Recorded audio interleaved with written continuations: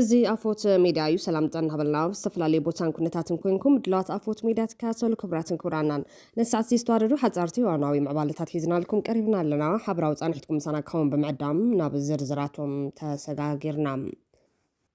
ናብ ኣዲስ ኣበባ ከይኸይድ ኮነ ኣብ ትግራይ ዝኾነ ምንቅስቃስ ከይገብር ብሕወሓት ኣገዱ ዝተባሃለ ጀነራል ታደሰ ወረደ ሓድሽ መግለፂ ክህብ ቆፅሮ ሒዞም ብኻልእ ወገን ዶክተር ደብረጽዮንን ቀዳማይ ሚኒስትር ኣብይ ኣሕመድን ገጽ ንገጽ ተራኺቦም ከምዚ ዝትዩ ተገሊጹሎም ኣብ ወፍሪ ጽንተታዊ ኩናት ትግራይ ዘይትካ ግደ ዝተጻወተ ጆኖሳይደር ዲያቆን ዳንኤል ክብረት ከምዚ ተሰናበተ ተገሊጾም ልኡኻት ሕብረት ኣፍሪካ ኩነታት ሃገራዊ መረፃ ንምዕዛብ ኣዲስ ኣበባ ኣትዮም ግብፂ ኣብ ኤርትራ ዩኒቨርሲቲ ክትከፍት ምዃና ዝገልጽ ሓበሬታ ተዘርጊሑ ነዚኣቶምን ካልኦት ተገደስቲ ምዕባልታትን ሒዝና ኣለና ኣፎት መረፁ ምሳና ጽንሖም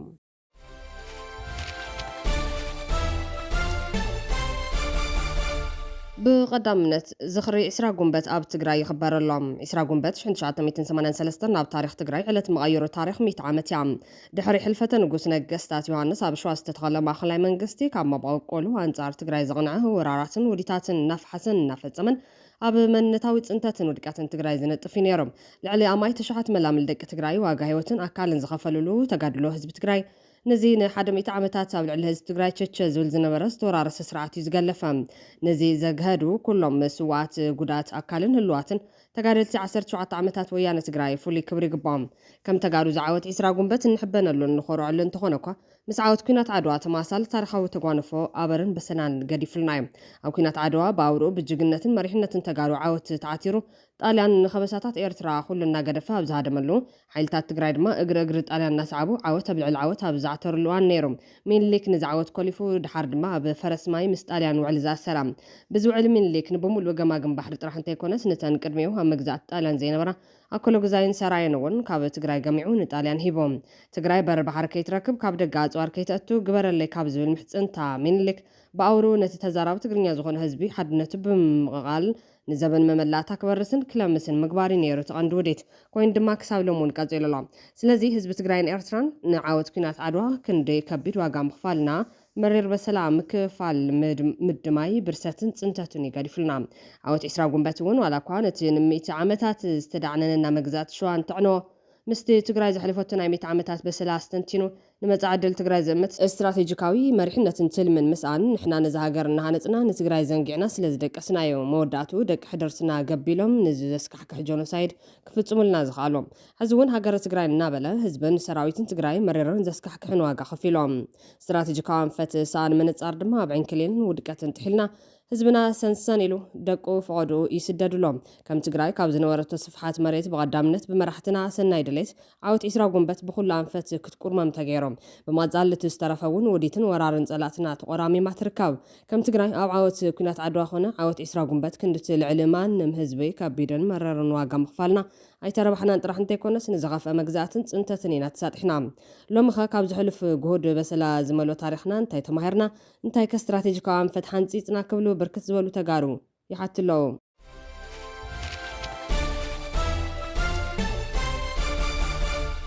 ሚኒስትር ትራንስፖርትን ሎጂስቲክስን ሓደጋታት ትራፊክ መንገዲ ንምግታእ ክብል ኣሽከርከርቲ ብዘመናዊ ኣሰራርሓ ብቕዓቶም ዳግማይ ክምዘን ምዃኑ ፍሊጦም እቲ ሚኒስተር ሕዚ ኣብ ስራሕ ዘለዎ ኩሎም ኣሽከርከርቲ ዳግማይ ንክስልጥኑን ንክምዘኑን ብምግባር ብቕዓቶም ከረጋግፁ ዘኽእል ሓፈሻዊ ናይ ሰነድ ምድላው ተወዲኡ ኢሎም እዚ ሓድሽ ኣሰራርሓ ካብቲ ልሙድ ኣሰራርሓ ብፍሉይ መልክዕ ሙሉእ በሙሉ ብቴክኖሎጂ ዝተደገፈ ምዃኑን እቲ ናይ ምዘና መስርሕ ካብ ናይ ሰብ ኢድ ምትእታው ንኽክእ ነፃ ምዃኑ ነመልኪቶም ኣሽከርከርቲ ነቲ ፈተና ቅድሚ ምውሳዶም ቀዳምነት ስልጠና ከም ዝወስዶን ካብቲ ናይ መጀመርያ ምዝገባ ጀሚሩ ክሳብ ስልጠና ምዘናን ሰርቲፊኬሽንን ዘሎ ሓፈሻዊ መስርሕ ብዘመናዊ ሲስተም ከም ዝምራሕ እዩ እቲ ሚኒስተር ዝሓበረ እዚ ስራሕ እዚ ንምስራሕ እቲ ሚኒስተር ኤስዲኤስ ሴፍቲ ኤንድ ድራይቪንግ ስኬልስ ምስ ዝተባሃለ ሓላፍነት ዝተወሰነ ማሕበር ናይ ስራሕ ውዕል ስምዕ ከም ዝተፈራረመ ኣፍሊጡሎም ኩሎም ኣሽከርከርቲ ነቲ ሓድሽ ናይ ብቕዓት ምዘና ብምውሳድን በተቐሚጡ ዘሎ ረቑሒታት መሰረት ብቕዓቶም ብተጨባጭ ብምርግጋፅ ጥራሕ ክዝውሩ ዘገድድ ዘመናዊ ናይ ቁፅር ስርዓት ከም ዝርጋሕ ተገሊጹሎም እቲ ሚኒስተር ኩሉ ኣሽከርካሪ በዚ መስርሕ እዚ ዝሓልፍ ምዃኑ ከም ዘሎ ኮይኑ ብፍላይ ነዚ ዙርያ እዚ ቀዳምነት ዝኾነ ናይ ንግዲ ተሽከርካሪ ዝውር ኣሽከርካሪ ናይ ምዝገባ ስልጠና ከምኡውን ናይ ምዘና መስርሕ ኣብ ቀረባ ግዜ ስለ ዝጅምር ድሉው ክኸውን ክብል ተሓሳሲቡሎም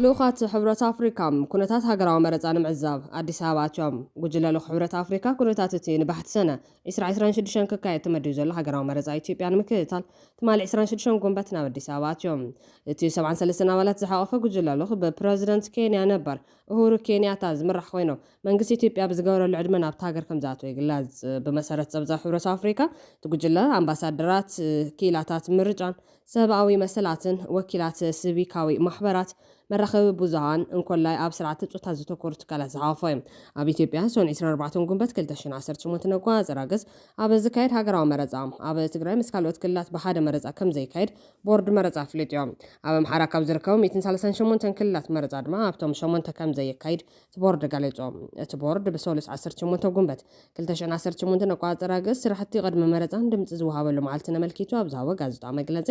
ኣብ ክልል ትግራይን ኣምሓራን ብጠቕላላ ኣብ 46 ክልላት ጣብያታት መረፃ ከም ዘይካይድ ወግዓው ገይሮም ኣካቢት እቲ ቦርድ ሜላት ወርቂ ሃይሉ ኣብ ክልል ትግራይ ኣብ 38 ነቁጣታት መረፃ ኣብ ክልል ኣምሓራ ድማ ኣብ 8 ነቁጣታት መረፃ ኣይካየድን ኢላ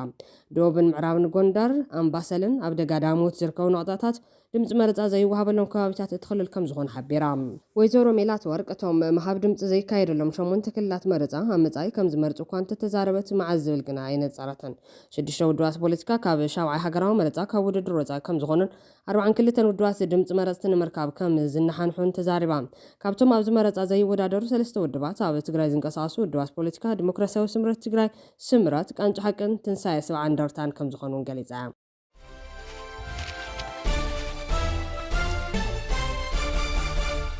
ግብፂ ኣብ ኤርትራ ዩኒቨርሲቲ ክትከፍት ምዃና ዝገልጽ ሓበሬታት ዘርጊሖም እቲ ዩኒቨርሲቲ ካይሮ ኣብ ከተማ ኣስመራ ጨንፈር ክኸፍት ምዃኑ ዝገልጽ ሓበሬታ ብመንገዲ ናይ ዜና ምንጭታት ግብፂ ዝተገለጸ ኮይኖም ሚኒስተር ወጻኢ ጉዳያት ግብፂ ባድር ዓብድልዓጢት ቅድሚ ሓደ ሰሙን ናብ ኣስመራ በፂሑ ምስ ሰበስልጣን ጉጅላ ግደፍ ድሕሪ ዘካየዱ ዘተም ኣብ ስምዕ ከም ዝተበፅሐ ይዘረዳ እቲ ካብ ካይሮ ዝተፈነወ ዜናዊ ሓበሬታ ዩኒቨርሲቲ ካይሮ ኣብ ኣስመራ ጨንፈር ክኸፍት ምውሳኑ ትካላት ምርምር ግብፂ ኣብ ሃገራት ኣፍሪካ ዘለዎን ንጥፈታት ዝዕቢ ትርጉም ከም ዘሎ ዝገለጸ እንትኸውን ዜጋታት ኤርትራ ካብ ትምህርቲ ክርሕቑ ዝኽኣሎ ኩሉ ዝቃለስ ጉጅለ ግደፍ ግብፂ ሃገራዊ ረብሓ ንምዕባይ ኣብ ኣስመራ ጨንፈር ንክትከፍት ፍቃድ ምሃቡ ወሲኹ ዝገልጽ ኣብ ኣስመራ ጨንፈር ንክትከፍት ፍቃድ ምሃቡ ወሲኹ ገሊጹ ዘሎ ሚኒስተር ላዕለዎት ትካላት ትምህርትን ሳይንሳዊ መርመርን ግብፂ ዝኾነ ዓብደልዓዚዝ ኮንሳው ኣብ ወገኑ ትካላት ትምህርቲ ሃገሩ ኣብ ሃገራት ቀርኒ ኣፍሪካ ከም ዝበለ ንጥፈታት ንምጅማርን ፖሊሲ ግብፂ ንምስራፅን ንምስፋሕን ዝሕግዝ ምዃኑ ዝገልጽ ኮይኖም በኣንጻሩ ጉጅለ ግደፍ ስልጣን ንምሕላው ህዝቢ ኤርትራ ካብ ማዕዲ ትምህርቲ ክርሕቐሉ ኩነታት ክፈጥር ድሕሪ ምጽናሕ ንግብፂ ፍቃድ ምሃቡ ግደፍ ፀረ ህዝቢ ኤርትራ ጉጅለ ምዃኑ ንምርዳእ ዘኽእል እዮም ካብ ዘቐረባ ዋነት ሒዙ ኣብ ቀርኒ ኣፍሪካ ቁልጡፍ ናይ ኣሰላልፋ ለውጥታት ክረአ ምጽንሑ ዝፍለጥ ኮይኑ ምስ መንግስቲ ኢትዮጵያ ኣብ ተፋጠጥ ዝርከብ ጉጅለ ግደፍ ምስ ግብፂ ዝጸንሐ ዝምድና ከም ዝሕደስ ብምግባር መንግስቲ ኢትዮጵያ ብዋጋ ህዝቢ ኤርትራ ኣብ ትሕቲ ከበባ ዘእተወሉ ኣጋጣሚታትን ዕድላትን ንምፍጣር ካለኽ ምጽንሑ ዝፍለጥ እዮም መራሒ ግብፂ ኣልሲ ኣብ ዝቐረባ ዋን ኣብ መንጎ ኤርትራን ግብፅን ዘሎ ርክባት ሙሉ በሙሉ ይቕየር ምህላው ገልጹ እምባሩ ዝከር ኮይኖም ጉጅለ ግደፍ ብወገኑ ምስ መንግስቲ ግብፂ ብምዃን ፀረ ኢትዮጵያ ምንቅስቃሳ ምግባር ምጽንሑ ኣይርስዓን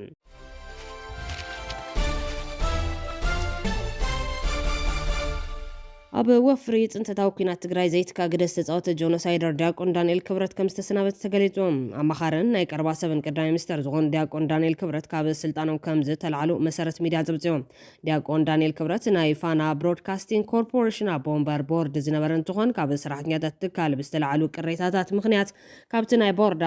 ኣብ ቦምበርነቱ ከም ዝተላዕለት እቲ ዜና መደበር ምንጭታቱ ጠቂሱ ሓቢሮም ኣብ መንበሩ ድማ ናይ ኮሙኒኬሽን ሚኒስተር ወይዘሮ እናታለም መለሰ ተተኪአላ ነዚ ናይ ስልጣን ሽግሽግ ብዝምልከት ካብ ፋና ብሮድካስቲንግ ኮርፖሬሽን ይኹን ካብ ወገን መንግስቲ ክሳብ ሕዚ ዝተባሃለ ወግዓዊ ሓበሬታ የለን ዳንኤል ክብረት ኣብ እዋን ጆኖሳይዳዊ ኩናት ትግራይ ንፅንተትን መጥቃዕትን ሓያል ጎስጓስ ክካየድ ፀኒሑ እዩ ቅድሚ ኢሉ ሓላፊ ዩኤስኤድ ሳማንታ ፓወር ኣብ ኢትዮጵያ ኣብ ዝነበረ ዓውደት ኣብ ልዕሊ ትግራይ ብዝወሃብ ሰብኣዊ ክብሪ ዝትንክፉ ርእቶታት ተሻቒለ ክትብል ንሚኒስተር ሰላም ዘለዋ ስጋት ገሊፃ ነይራ ይኹን እምበር ዘረባ ዲያቆን ዳንኤል ናይ መጀመርታ ብመንግስቲ ኣሜሪካ ትኩረት ዝረኸበን ዝተነቐፈን እዮም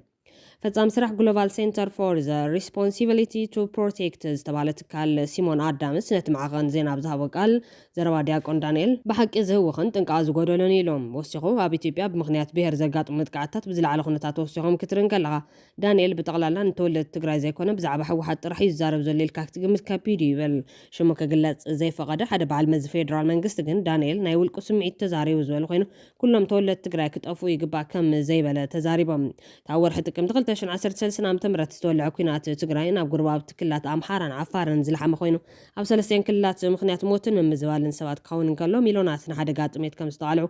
ፀብፃባት ውድብ ሕቡራት ሃገራት ይገልጹ።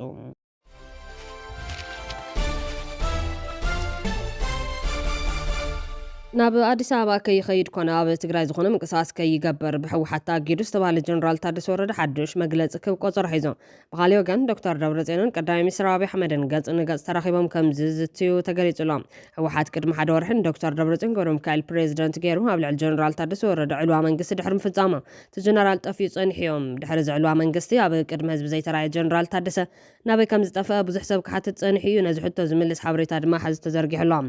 እሙን ፈረንሳዊ ጋዜጣ ኣፍሪካን ኢንተለጀንስ ብዛዕባ እቲ ጉዳይ ዝሰሙ ሓበሬታ ምንጭታት ብምጥቃስ ዝፀብፀበ ኮይኖም ጀነራል ታደሰ ወረደ ኣብ መቐለ ናይ ገዛ እስር ኮይኑ ብዘይ ዝኾነ ርክብ ተታሒዙ ይርከብ ይብል። እቲ ጀነራል ናብ ኣዲስ ኣበባ ከይዱ ምስ ኣብኡ ዘለው ሰበስልጣን ፌደራል ከይራኸብ ኣብ ትሕቲ ቁፅር ኣካላት ሕወሓት እዩ ዘሎ ክብል ፀብፂቡ እቲ ጋዜጣ።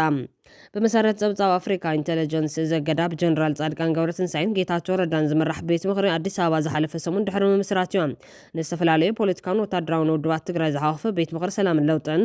ብ9 ጉንበት 2018 ኣቋፅራ ገዝ ኣብ ኣዲስ ኣበባ ከም ዝተመስረተ ዝተነገረ ኮይኖም ሓደ ካብ ዕላማታቱ ነቲ ብዕልዋ መንግስቲ ትግራይ ዝተቋፀረ ሓይሊ ምእላይ ምዃኑ ንቢቢሲ ገሊፆም። ኣተሓባባሪ ሚድያን ርክባትን ውድብ ስምረት ኣይተ ብርሃነ ገብረ ኢየሱስ ንቢቢሲ ኣብ ዝሃቦ ሓበሬታ ምንቅስቃስ ደለይቲ ለውጢ ዝተባሃለ ሕብረት ብዝተፈላለዩ ውድባት ፍሉጣት ውልቀ ሰባትን ጸለውቲ ሰባትን ተመስሪቱ ንዝሓለፉ 7 ኣዋርሕ ኣብ ትግራይ መሰረታዊ ለውጢ ንምምጻእ ክመክር ከም ዝጸንሐ ገሊፆም። ውድብ ህዝባዊ ወያነ ሓርነት ትግራይ ሕወሓት ጀነራል ታደሰ ወረደ ናብ ኣዲስ ኣበባ ከይኸይድን ናብ ተሓድሽ ቤት ምኽሪ ከይፅምበርን ኣብ ናይ ገዛ ማእሰርቲ ከም ዝሓየሩ ይግለጽ እዮም። እቲ ጋዜጣ እቲ ጀነራል ብዙሕ ሚስጥር ዝፈልጥን ንውድብ ሕወሓት ኣብ ሓደጋ ከእቱ ዝኽእልን ሰብ ምዃኑ ገሊፆም። ብመሰረት ሓበሬታ ኣፍሪካን ኢንተለጀንስ ሰራዊት ሕወሓት ነቲ ጀነራል ናይ ገዛ እሱር ክገብሮ ዝወሰነ ብክልተ ቀንዲ ምክንያታት እዮም። እቲ ሓደ እቲ ጀነራል ናብቲ ኣዲስ ኣበባ ዝተመስረተ ቤት ምኽሪ ከይፅምበር ንምክልኻል ክኸውን እንከሎ እቲ ካልኣይ ድማ እቲ ጀነራል ብዙሕ ወታደራዊ ሚስጥራት ሕወሓት ሒዙ ምህላው እዮም። ይኹን እምበር ብዛዕባ ፕረዚደንት ግዝያዊ ምምሕዳር ትግራይ ሌተናል ጀነራል ታደሰ ወረደ ዝናፈስ ዘሎ መረዳእታ ካብ ሓቂ ዝረሓቐ ምዃኑ ኣውራን ባታይ ምስ ካብቲ ጀነራል ኣረጋጊፆም። ህዝቢ ኣብ ዙርያ እዚ ጉዳይ እዚ ንጹርን ሚዛናውን ግንዛበ ምእንቲ ክሕዝ ሌተናል ጀነራል ታደሰ ወረደ ኣብ ቀረባ መዓልትታት ዝርዝር መብርሂ ዝበሉ ፍሉይ ቃለ መሕተት ከም ዝህብ እዩ ትፅቢት ዝግበር። ብኻልእ ወገን ዝኾነ ዓይነት ሕጋዊ ኣሰራርሓውን ሞራላውን ደገፍ ከይሃሎ ኣነ ክመርሐኩም ብምባል ባዕሉ ፕሬዚደንት ገይሩ ሸይሙ ተባሂሉ ተቃውሞ ዝበፅሖ ዘሎ ዶክተር ደብረፅዮን ገብረ ሚካኤል ብዕጡቃት ተደጊፉ ናብ ፕረዚደንት ቤት ፅሕፈት ካብ ዝኣቱ 4 ሰሙን ኣቁፂሩ ኣላ ዳ ይሃሉ እምበር ክሳብ ሕዚ ናይ ኢትዮጵያ ፌደራላዊ መንግስቲ ሓዊሱ ዝኾነ ይኹን ናይ ወፃኢ ሃገር ዲፕሎማትን ተወካልን ከም ፕሬዚዳንት ተቆፂሩ ዘዘራረበ ኣካል ከም ዘየለ ክፍለጥ ተኻኢሉ ኣሎ። ብተወሳኺ ዶክተር ደብረፅዮን ቅድሚ 2 ሰሙን ምስ ቀዳማይ ሚኒስትር ኣብይ ኣሕመድ ንምዝርራብ ንውሕዳት ናይ ምዕራብ ኣውሮፓ ኣምባሳደራት ብሽምግልና ናብ ፌደራል መንግስቲ ከም ዝላኸ ተፈሊጡሎም። ካብቶም ሓለፍቲ ዝተዋሃበ ምላሽ ግን ተሪር ነይሮም። እቶም ሓለፍቲ ኣብ ዝሃብዎ መልሲ መይይጥ ክንጅምር ንኽእል ኣብ ልዕሊ እቲ ሕጋዊ ግዝያዊ ምምሕዳር ትግራይ ተሳልጥዎ ዘለኹም ናይ ዕንቅፋት ጉዕዞ ደው ከተብሉን መንግስቲ መሊስና ብምባል ንዝገበርኩሞ ዘይሕጋዊ ምንቅስቃስ ቅሬታ ክትሓቱን ከለኹም ጥራሕ ብምባል ንሕቶ ሽምግልናቶም ኣምባሳደራት ውድቂ ከም ዝገበርዎ ተገሊጹሎም። ክቡራትን ክቡራንን ቤተሰብ ኣፎት ሜዳ ንሰዓት ዝተዋረዱ ሓፀርቲ እዋናዊ ዜናታት ኣቅሪብና ከም ቤትና ስለተከታተሉና ነመስገን። ላይክ፣ ሼር፣ ሰብስክራይብ ምግባር ቤተሰብ ኣፎት ሜዳ ይኹኑ። ሰሰና ይልምና